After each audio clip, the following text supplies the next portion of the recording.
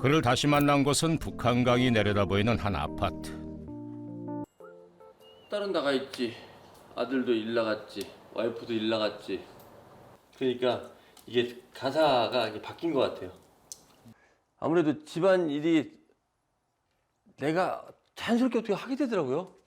네? 그게 당연한 것 같고. 슬아야 일남 일녀도 각자의 일로 바쁘고 아내 역시 출근을 하고 나면 홀로 남아 집을 지킨다는 안계범 씨. 왜냐면 이거를 우리 집에 나만 쓰거든. 네. 나만 움직이니까 우린 될 거예요. 시끄럽습니다.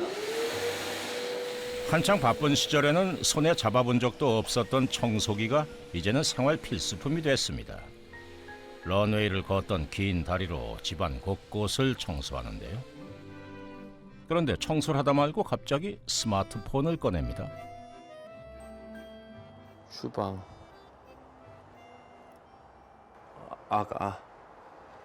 뭐였지? 아닌데? 또 할 게 뭐 있지? 애들 담요 털어야 된다. 이불 털기.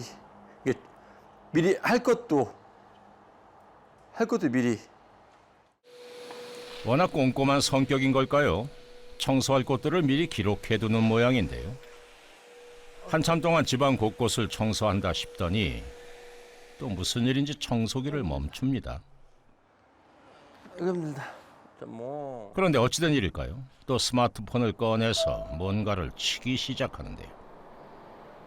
안계범 씨가 켜둔 것은 다름 아닌 스마트폰 메모장. 청소할 곳을 메모해둔 것이건만 마치 어려운 문제라도 푸는 것처럼 골치 아픈 표정이 떠오릅니다. 뭔가 고민을 하는 것 같기도 하고 말이죠. 대체 무슨 일일까요? 뭘 해야겠다고 생각이 좀 딱 났는데 적어야겠다고 딱 하니까 또 까먹었어. 그는 왜 이토록 기억과 메모에 집착하는 걸까? 이제 단기 기억 상실증이 와요. 그럼 갑자기 뭐가 왜 그 약간 기분 나쁜 느낌이라 해야 되나? 매운 느낌이라 해야 되나? 이 느낌이 딱 와. 그러면 딱 앉아. 앉으면은 자, 지금부터 한 2시간, 3시간 전이 백지가 돼요. 그 사이가 뭐 지우개로 다 지우는 것처럼 아무것도 기억이 안 나요. 언젠가부터 간헐적으로 찾아오는 단기 기억 상실증에 시달리고 있다는 안계범 씨. 사정이 이렇다 보니 메모는 선택이 아닌 필수가 됐답니다. 그런데 이번엔 또 뭘 적는 걸까요? 잊지 못할 사람은 적으면서 노랫가락을 흥얼거리기도 하는데요. 아하, 노래 가사를 따라 쓰고 있었던 거군요. 그나저나 이건 왜 적으신 거죠? 이걸 지금 받은 지가 꽤 됐는데 제일 가사가 어려워요. 기억이 났다 안 났다 났다 안 났다 하니까 그렇게 트로트 가수로 재기를 꿈꾸는 중이지만 가사를 외우는 게 쉽지만은 않은 상황.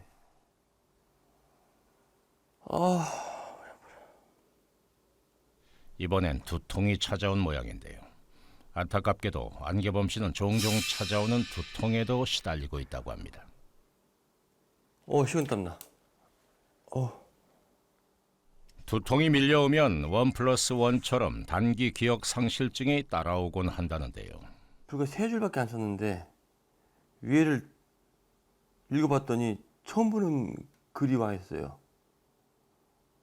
여기도 처음 보는 글이 와 있어. 그런데 글씨는 내가 쓴 거 맞아요.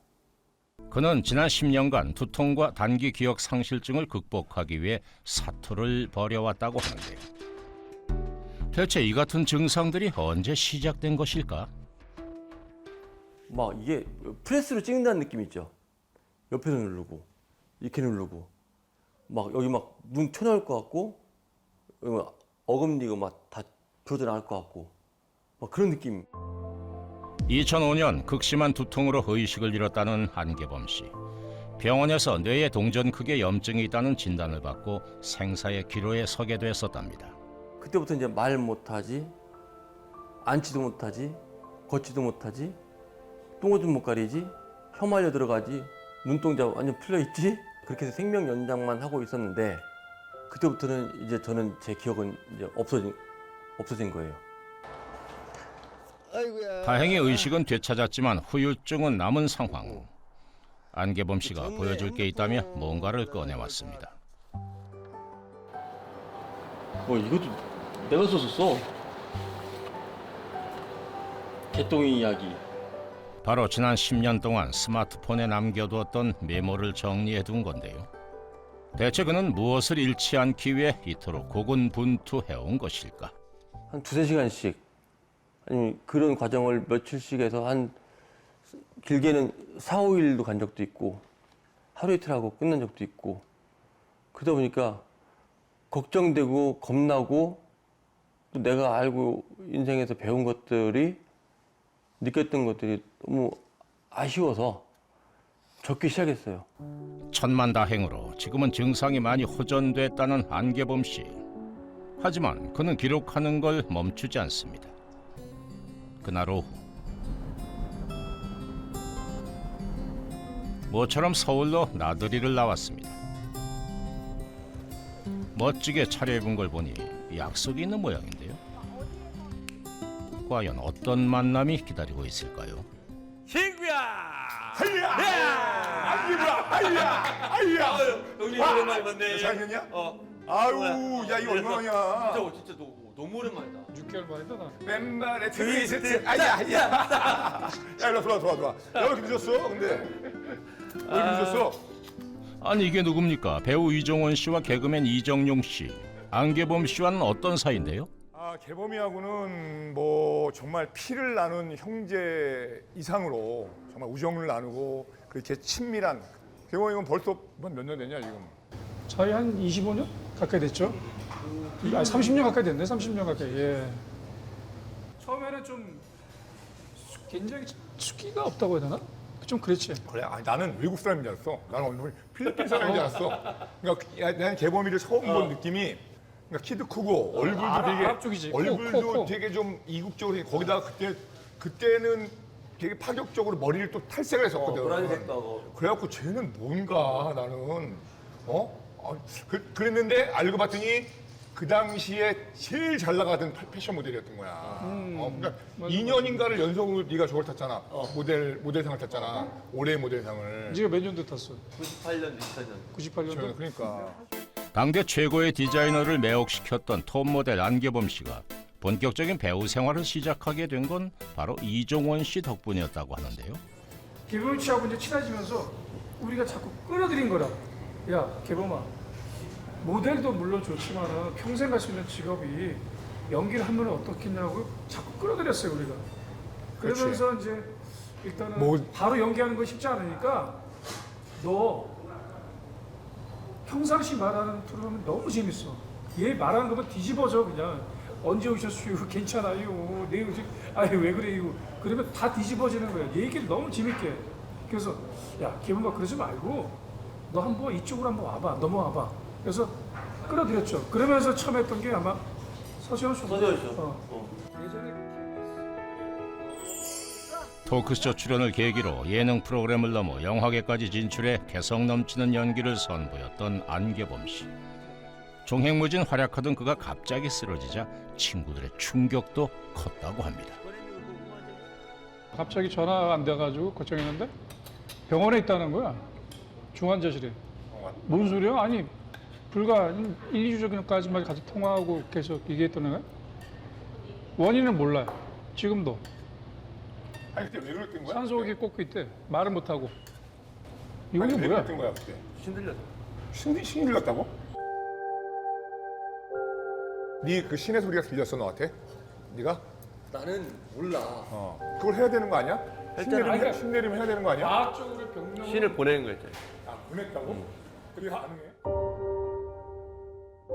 입원한 지 한 달 지나서 와이프가 나를 그냥 데리고 간 거예요.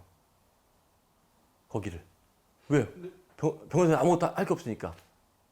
아침 한 10시 정도부터 굿을 네 분이 하시는데 다음날 새벽 1시인가 2시까지 했대요.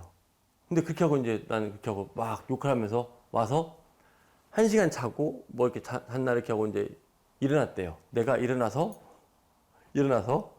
링거 있는 바퀴 달린 그 대 있죠. 이거를 끌고 내가 혼자 걸어간 거예요. 처음으로. 구슬해가지고 내 몸속에 있는 귀신이 나왔다는 건 솔직히 경험자, 당사자 아니면 모르는 거야. 그건. 그리고 과학적으로 증명이 안 됐기 때문에 이게 옳다, 이게 옳다라고 말은 할 수는 없어. 근데 네가 스스로 그렇게 믿으면은 그 믿음 갖고 하면 되는 거고. 친구들에게 어렵게 털어놓은 그때의 이야기. 때론 스스로도 믿겨지지 않는 일들입니다. 오랜만에 만나 추억을 되짚다 보니 그때 그 시절의 이야기가 절로 흘러나옵니다.